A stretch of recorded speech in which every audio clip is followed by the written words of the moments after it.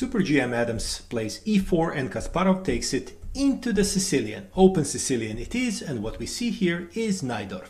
Adams immediately decides he will do the English attack. He will castle long and attack kingside, while Kasparov will attack on the queen side. And Kasparov starts immediately with b5, getting ready to break through. a3 to prevent that pawn from progressing further. Kasparov reroutes a little bit, and that f3 is already preparing the g4, the attack from Adams's side. Knight comes into the action, castling long, and b4 is coming. The first exchange of pawns, clearing the route of Kasparov towards the Adams king. But so is g4 coming, and Adams is also ready to attack. g5. Knight is escaping, and h4 is also coming. Adams is ready to launch a big attack, a massive attack on that side. But firstly, he wants to put his king to safety, and Kasparov is ready with his rook to look towards the opponent's king. And now look at this position.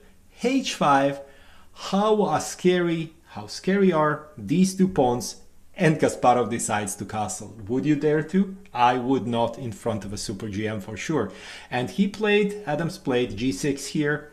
Kasparov gets ready with even more pieces looking towards the opponent's king. And he was thinking about this bishop to a8 for 40 moves before making it. It's brilliant because it does the defense, still defends important diagonal, but opens that rook looking towards the king more directly from this stage.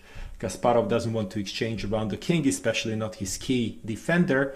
And after this move, Adams doesn't really know how to continue. If they push h6, g6 is coming, and that's not very clear how he will break through. So he decides to withdraw with the knight, and it's a blunder, because what he missed is a key tactical resource, knight coming and taking on c2.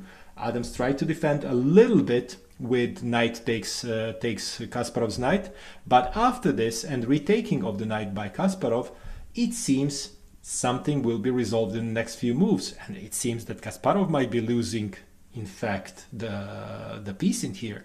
But what Kasparov sees is he can freely play knight to c2. Why? If Adams now takes the queen, it's literally checkmate in one, so he can't take it. Instead of that, he decides to return the king. And after Kasparov gets his queen closer to the king, it is game over because Adams resigned. This is the game that was played 2 days before Kasparov announced his retirement from professional chess after more than 2 decades, and he went off in style.